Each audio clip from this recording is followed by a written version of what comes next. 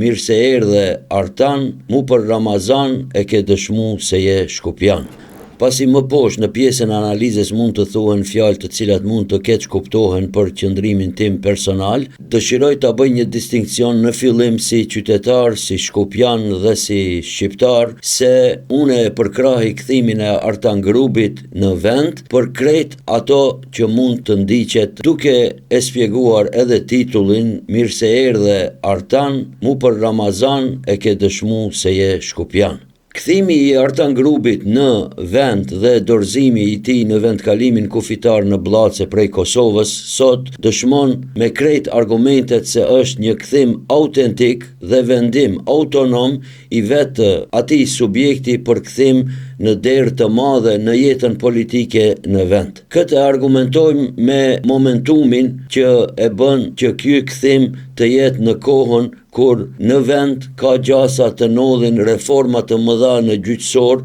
ku një kuadro e cila nuk është pjesë e mafias gjyqësore, e cila nuk është pjesë e partive politike, mund të vije dhe të zgjidhet si krye prokurore, e ajo është zonja Lençe Ristovska. E dyta është se ky kthim ishte i befasueshëm edhe për partinë politike AM nga e cila vjen Artan Grubi, ajo është BDI-ja e opozitës, por ishte edhe mesazh i fuqishëm për koalicionin e partive shqiptare në pushtet Vlen, duke ju thonë ju mund të mirni me punët e vogla, kurse une vet vi dhe vendosi për punët e mdhoja. Dhe e treta është se ky kthim ka të bëjë me një vepër dhe është e njohur si Lotaria e Maqedonisë, kurse në të njëjtën për të cilën ndiqet Artan Grubi dhe Përparim Bajrami është për klubin futbollistik Vardar. Do me thonë, nëse ka aty vepër e që ka qenë e vazhdueshme dhe ndonjë krim, ajo e njëjta është duke vazhduar edhe aktualisht në udhëheqjen e VMRO DPMNE-s dhe koalicionit Vlen, apo siç janë detajet më shumë. Argumenti i tretë është se nuk ka marrëveshje as me vendin nga ku vjen ky njeri sot në mëngjes herët, e ajo është Republika e Kosovës, pasi aty ka one stop shop, që do me thonë se nuk ka nevojë as për check-in në pjesën kufitare të Kosovës, por thjesht njeriu kur kthehet prej Kosovës vetëm lajmërohet në kufirin e Maqedonisë dhe vetëm aty i kontrollohet dokumentet personale e procedura tjera. Argument tjetër janë kamerat profesionale që mundsuan xhirimet e njeriut që dorëzohet në vendkalimit kufitar, kurse ato spjegohen me lajmërimin dhe paraqitjen e vetë subjektit kur vjen në kufi. Do me thonë, ai ka paralajmëruar kthimin e vet deri tek organet e Republikës së Maqedonisë së Veriut dhe ashtu janë mundsuar këto incizime dhe paraqitje, që gjithsesi është rrethon lehtësuese për vetë subjektin që paraqitet, pasi është në kërkim e sipër ndërkombëtar dhe siç u pa për te u vendos vetëm arrest shtëpiak. Pika tjetër është se vepra e përfolur për cilën ai ndodhet në listën e zezë amerikane është ndikimi në gjyqësor për lirimin e ish shefit të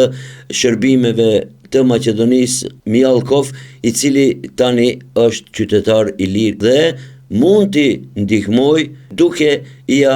kthyer shërbimin prap Artan Grubit dhe prandaj themi se kjo është një kthim autonom kundër reformave në gjyqësor që mund të ndodhin me zgjedhjen e kryeprokurorës. Pra, është kundër qytetarëve, kundër reformave në gjyqësor dhe këtu nuk ka asnjë marrëveshje as me pozitën, as me opozitën, por është një çështje e cila e dëshmon se Maqedonia ngec në implementimin e shtetit të së drejtës dhe ligjit. Dhe sot me 23 shkurt, pra në Meksik eliminohet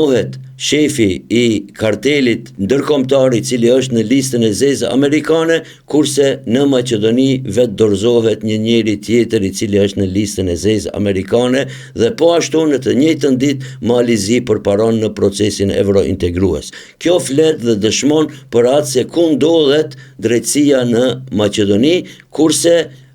Artan Grubi sigurisht se vend t'i ndihmoje atyre gjyqtarëve dhe prokurorëve të cilët me krejt zellën dhe heshtjen janë kundër zgjedhjes së kryeprokurores, e cila mund t'i përmbysë krejt ato dhe t'i gërmoje